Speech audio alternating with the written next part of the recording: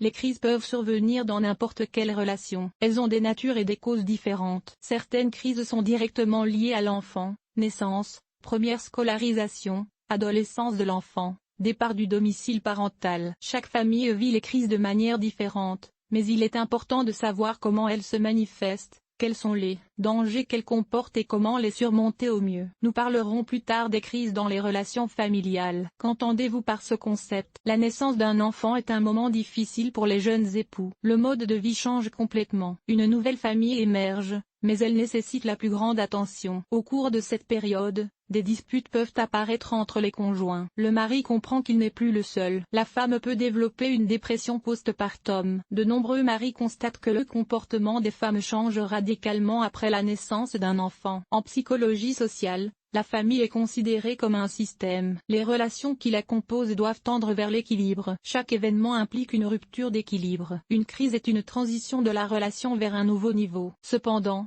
au cours de cette période, des expériences désagréables, des querelles sont possibles et le risque de rupture est grand. La naissance d'un enfant est une épreuve sérieuse pour une petite cellule de la société. Il y a une réévaluation de soi, de son mode de vie. Il faut rejeter beaucoup de choses. Une femme peut se sentir coupée du monde parce qu'elle doit consacrer tout son temps à s'occuper de l'enfant. L'homme est plus libre, mais il doit aussi assumer la responsabilité du bien-être de la famille. Quelles difficultés liées aux enfants peuvent survenir dans la famille? Il existe plusieurs crises liées aux enfants, et chacune d'entre elles se déroule à sa manière. C'est pourquoi il est préférable d'être préparé psychologiquement aux moments difficiles. Cela dépend en grande partie de l'attente de l'enfant. D'autres questions relatives à la santé, aux finances, à la réciprocité et à la capacité de maintenir l'amour et le respect peuvent être ajoutées ici. Conception et grossesse. Lorsqu'une grossesse est planifiée, elle est source de joie pour le conjoint. Ils anticipent avec joie l'arrivée immédiate du nouveau membre de la famille. Si l'arrivée du bébé n'est pas prévue, la crise est plus difficile. Dans tous les cas, le fait d'être enceinte est stressant pour les deux conjoints. En l'espace de 9 mois,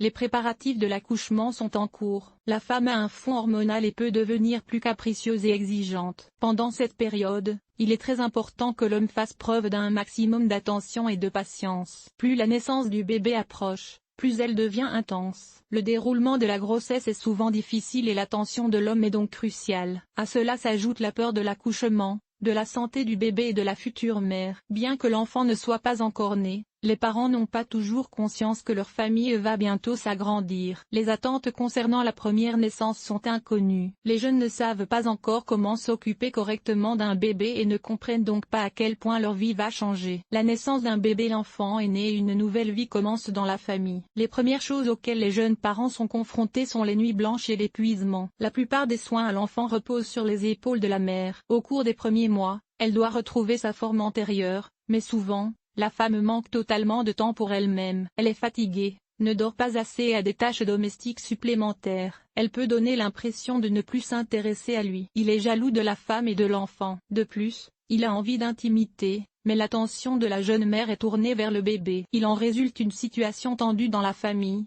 qui peut durer plusieurs mois. Le début.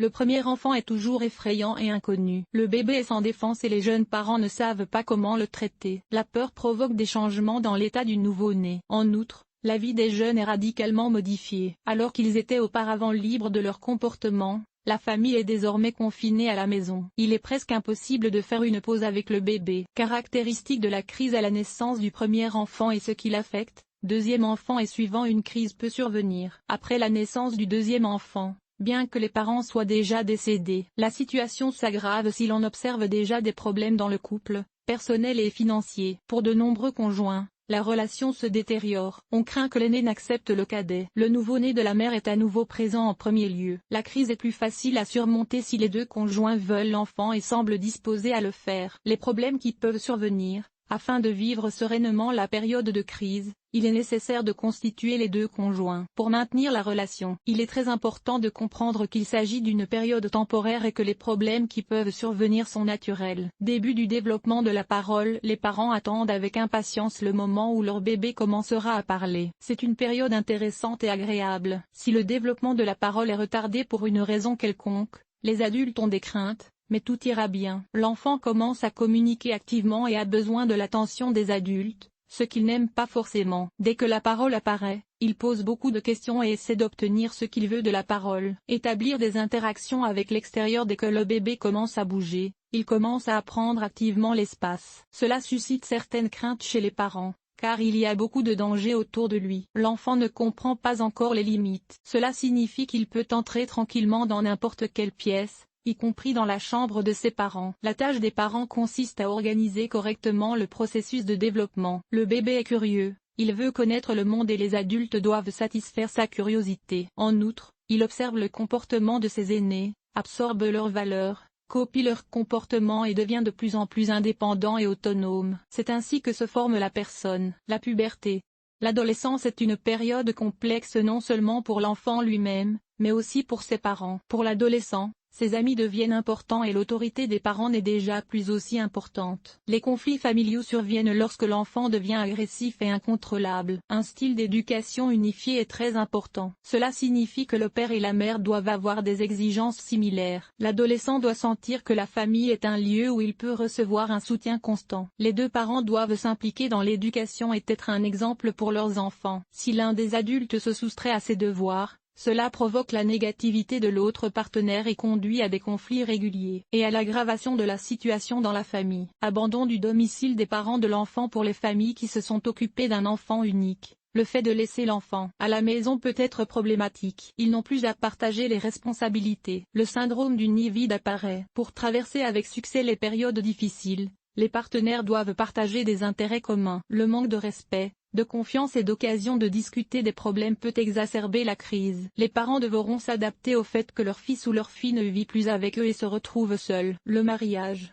Les enfants grandissent et fondent leur propre famille. Pour les parents, c'est le signe que leur jeunesse est terminée. Beaucoup ont du mal à accepter l'arrivée des petits-enfants et ne veulent plus être appelés grand-mère ou grand-père. C'est une période où ils doivent s'adapter à une nouvelle réalité et accepter leur âge. En quoi les symptômes sont-ils différents pour les hommes et les femmes? Il est important de connaître les caractéristiques psychologiques des femmes et des hommes, car les crises liées aux enfants se produisent de manière différente chez les femmes et les hommes. À la place de l'épouse, les femmes veulent rester séduisantes à tout âge, qu'elles aient des enfants ou non. Leur apparence change lorsqu'elles portent un enfant et elles ne retrouvent pas leur forme initiale immédiatement après l'accouchement. Les mères ont peu de temps pour elles-mêmes, car elles s'occupent principalement de leurs enfants. Une femme peut développer une dépression post-partum et son humeur change souvent. Elle exprime son mécontentement parce que son mari ne l'aide pas et qu'il la laisse entièrement responsable des soins et de l'éducation de l'enfant. À la place de son mari, les hommes sont plus libres dans leurs actions, mais la naissance d'un enfant implique davantage de responsabilités. Ils grandissent un peu lorsqu'ils réalisent qu'ils doivent eux aussi subvenir aux besoins de leurs enfants. Adaptation au rôle de père. La crise chez l'homme peut se manifester par la consommation d'alcool, les fugues, l'irritabilité, le désir d'intimité, la trahison et le déclenchement de situations conflictuelles. Les causes. Chaque famille est un système en constante évolution. De nouveaux événements viennent perturber l'équilibre habituel et une adaptation est nécessaire. Une crise est l'occasion de mieux se comprendre et de mieux comprendre son partenaire et de s'adapter à de nouvelles conditions de vie. C'est la relation familiale qui passe à un autre niveau. Cause de la crise. Manque de compréhension et de confiance mutuelle entre les partenaires. Changement rapide des conditions de vie. Apparition d'un nouveau membre de la famille à qui l'on accorde un maximum de temps et d'attention. Difficultés financières. Problème de logement, pas assez d'espace personnel pour chaque membre de la famille. Immaturité des partenaires, manque de préparation pour les enfants. La naissance d'un enfant est un événement qui nécessite des changements internes, y compris sur le plan psychologique. Combien de temps dure-t-elle et qu'est-ce qui influe sur sa durée? En principe, une crise dure de quelques mois à un an. L'acuité, la durée du courant, dépendent de la compréhension par le conjoint de ce qui se passe et de la recherche de solutions pour traverser cette période difficile de manière efficace et indolore. De nombreux couples se séparent dans les 4 ans qui suivent l'apparition du bébé. Ils sont incapables de comprendre et d'accepter la nouvelle réalité et de s'y adapter. En cas de crise, il est utile de consulter un psychologue qui vous indiquera quels sont les processus qui se déroulent au sein de la famille et pourquoi. Les moyens de surmonter le problème. Les hommes et les femmes réagissent différemment au problème. Il se peut qu'ils ne comprennent pas que la crise se situe dans la relation, surtout si des sentiments négatifs et des conflits accompagnent la vie familiale depuis longtemps. Il existe des conseils généraux, mais aussi des manières légèrement différentes de surmonter le problème. Comment agir en tant qu'épouse? Comment agir en tant que mari? comprendre que l'accouchement et les premiers mois qui suivent sont une période difficile pour les femmes. Donner à sa femme la possibilité de se détendre, participer à l'éducation des enfants, écouter, parler ouvertement, réaliser son rôle parental, la responsabilité qu'un homme apporte à la famille. Comprendre que, pendant un certain temps, le bébé consacrera la majeure partie de son temps et de son attention à son épouse. Ne pas se mettre en colère ou irriter sa femme. Il est clair qu'il n'est pas apte à se reposer et à se maintenir stimulé plutôt que sans émotion ou accusation. Le partenaire doit parler davantage et raconter comment s'est passée la journée et comment s'est déroulée l'expérience. Même si elle a été douloureuse, il n'est pas nécessaire de se plaindre. Il est important que les deux personnes aient un sujet de conversation commun et il ne s'agit pas seulement de la famille ou des enfants. Conclusion. Les crises dans la vie familiale sont inévitables. La naissance d'un enfant, sa croissance, tout cela fait partie du développement de la famille. Les parents doivent tenir compte du fait que la négativité entre eux affecte leurs enfants. Il faut donc trouver des moyens efficaces de surmonter la crise et de ne pas la détruire. Dans les cas particulièrement graves, il est conseillé de contacter un psychologue familial. L'article vous a-t-il aidé? Évaluation, 1.5. 1.5 Montant de l'évaluation, 1.